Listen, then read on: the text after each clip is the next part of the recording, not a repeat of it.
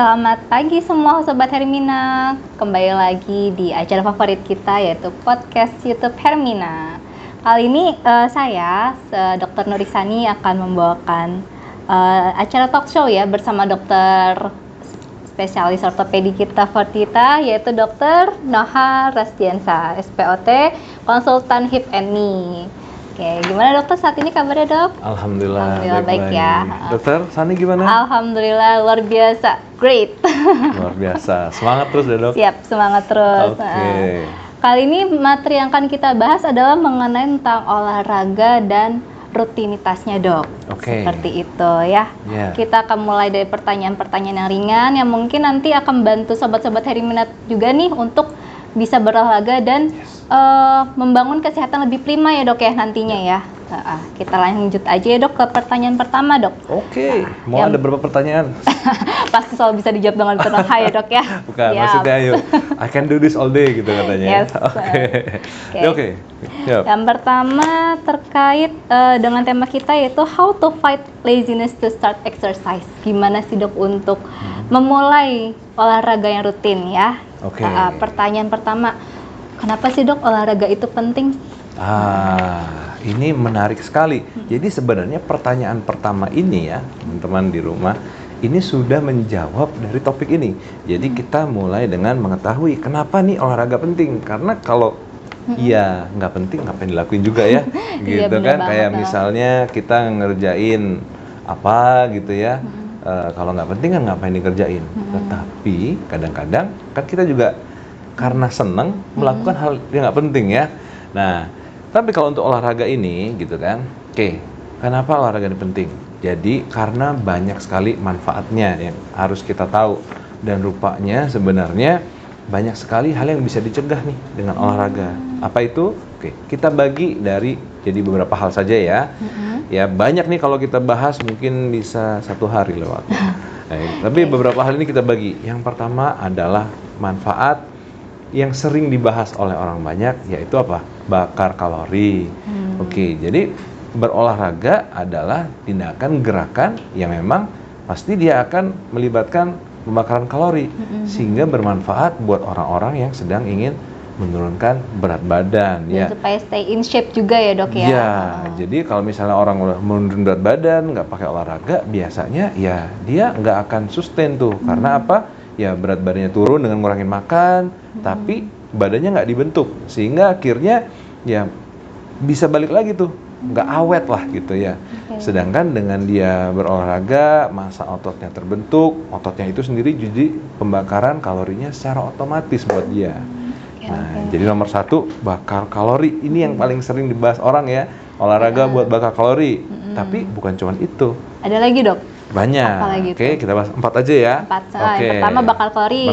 Yang kedua dok? Yang kedua adalah untuk manfaat kesehatan fisik.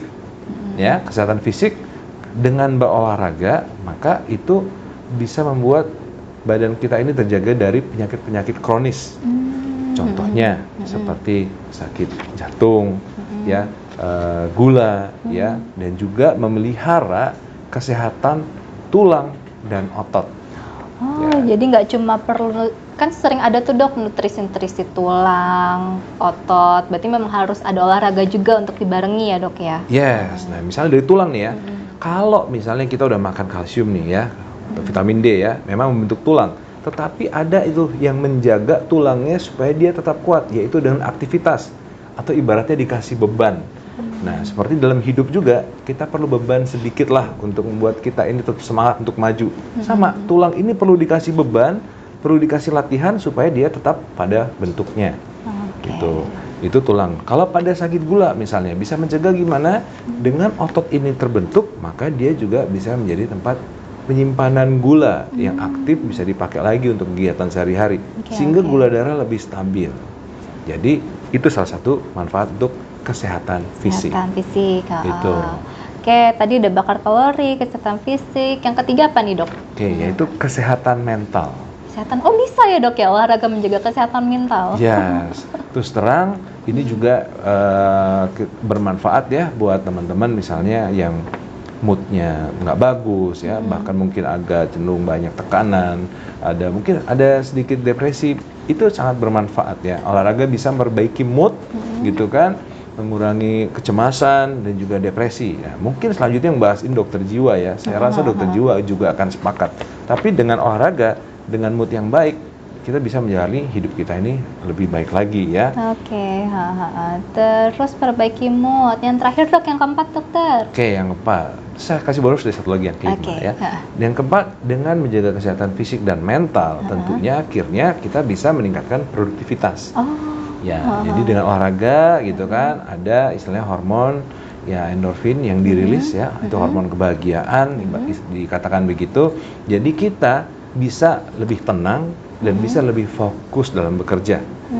Dan orang yang berolahraga juga dia itu memiliki ya, biasanya punya target-target yang bisa dia lampaui sedikit demi sedikit, dan itu bisa terbawa dalam pekerjaannya. Contohnya hari ini dia mau jalan 1 kilo, dia sudah sanggup 1 kilo, besoknya dia mau jalan 1,5 kilo. Dalam pekerjaannya dia akan terbiasa nih, akan semakin termotivasi untuk lebih baik lagi. Oke, berarti memicu kebiasaan baik untuk mencapai target yang lebih tinggi dari sebelumnya ya dok ya. Oh ya, satu lagi tadi satu ya. lagi, bonusnya nih dok. Bonusnya ya. Makin menarik nih kayaknya. Iya, jadi olahraga ini ya, ini tidak mendahului takdir ya, tapi insya Allah dengan olahraga yang dengan terjaganya kesehatan fisik, mental, dan produktivitas, maka insya Allah umur kita ya juga lebih prima dalam masa usia tuanya ya. Saya nggak bikin ya umurnya lebih panjang ya, itu karena masalah takdir itu beda-beda. Umur tuh bisa karena apa aja ya. Tapi kita ingin masa tua kita itu lebih prima ya. Jadi jangan udah tua, yang sering dibilang udah tua mah diem aja. Jadi orangnya justru makin kecil ototnya, makin payah, makin nggak bisa gerak. Kita pengennya sudah tua tapi tetap badannya bugar dan aktif. Itu manfaat olahraga. Pasti semua impian orang tuh tua dengan menu yang sehat ya dok ya, prima, bugar gitu, nggak cuma sakit-sakitan aja ketika di hari tua. Harus tetap sehat dan aktif bergerak.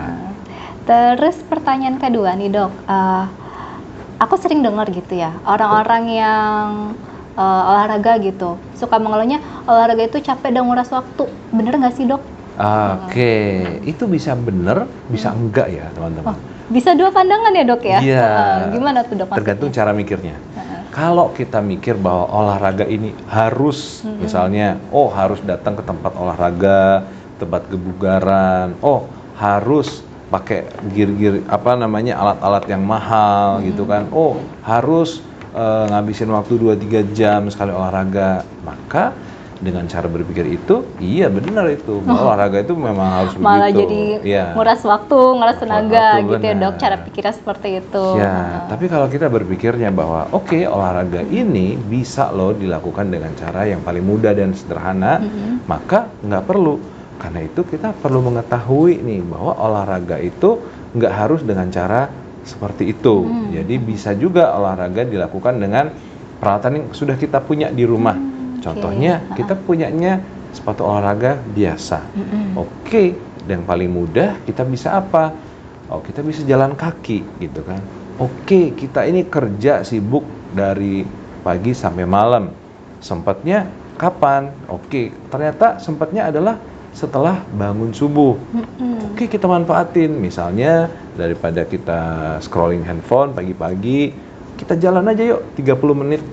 Itu kalau kita rutinin, itu sudah bisa cukup tuh olahraganya. Seminggu bisa dapat 5 kali seminggu gitu. Berarti sebenarnya dari pola pikir kita ya dok ya, dengan memanfaatkan situasi gitu dan apa yang kita punya juga bisa olahraga dengan optimal seperti itu ya dok ya. Berarti tidak harus olahraga yang kayak nge-gym, habisin waktu, habisin tenaga gitu, atau mungkin buang biaya yang seharusnya tidak perlu sampai sebesar itu gitu untuk olahraga sehat ya dok. Ya, kalau sempat kalau dia memang moodnya di situ bagus. Boleh. Tapi kalau memang orang yang nggak punya waktu, maka kita harus mulai dari yang paling gampang. Siap. Terus nih dok, kita ngomong-ngomong tentang olahraga paling gampang, olahraga apa sih dok yang paling cocok untuk seorang pemalas? Gitu. Pemalas nih, ini cocok banget nih ya. Nah itu, jadi kembali kepada kita yang malas nih ya. Saya juga terus terang dulu sempat juga malas olahraga ya. Tapi sekarang ya alhamdulillah tidak. Jadi itu mulai dari bagaimana kita melabelin diri kita sendiri, nomor satu. Kalau kita bilang bahwa kita ini pemalas, ya udah benar kita malas gitu. Tapi kalau kita bilang kita ini memang oke, kita tahu pentingnya olahraga, maka kita nggak perlu bilang bahwa kita ini pemalas. So kita akan mulai seperti saya bilang tadi dari yang paling mudah. Nah, ngomong dari yang paling mudah, kalau saya bilang gini, paling mudah tapi harus ada manfaatnya ya. Kalau berdasarkan dari panduan Kemenkes atau dari panduan American Heart Association, olahraga itu ada olahraga ringan, sedang, berat ya.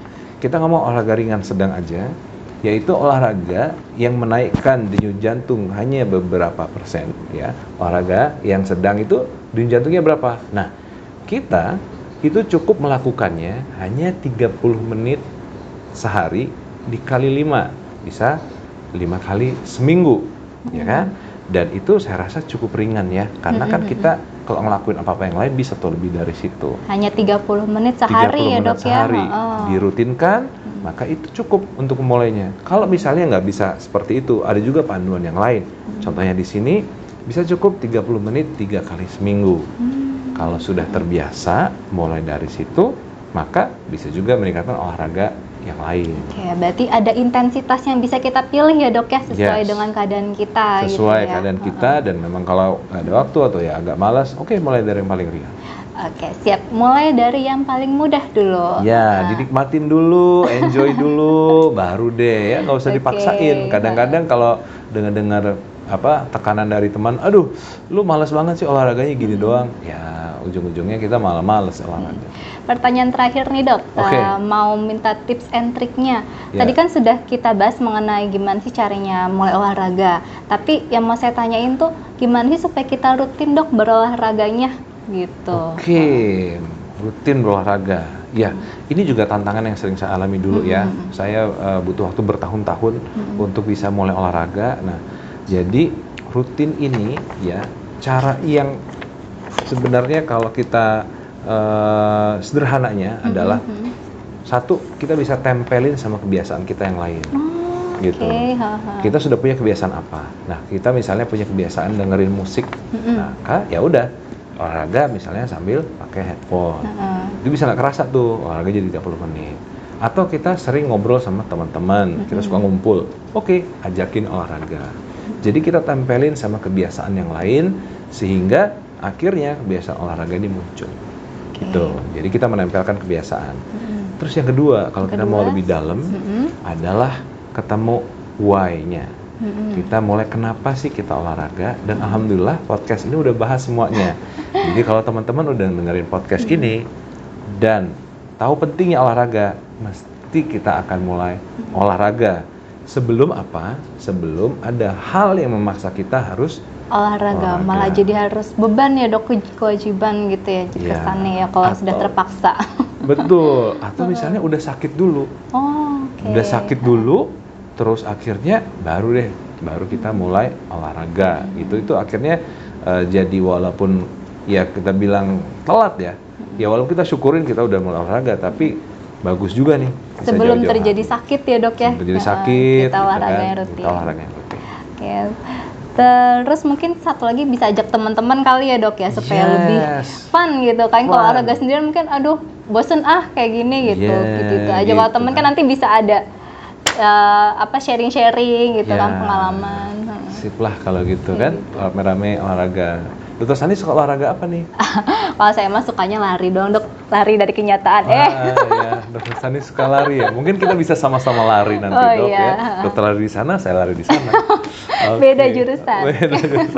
Iya. Oke. Jadi begitu ya teman-teman ya.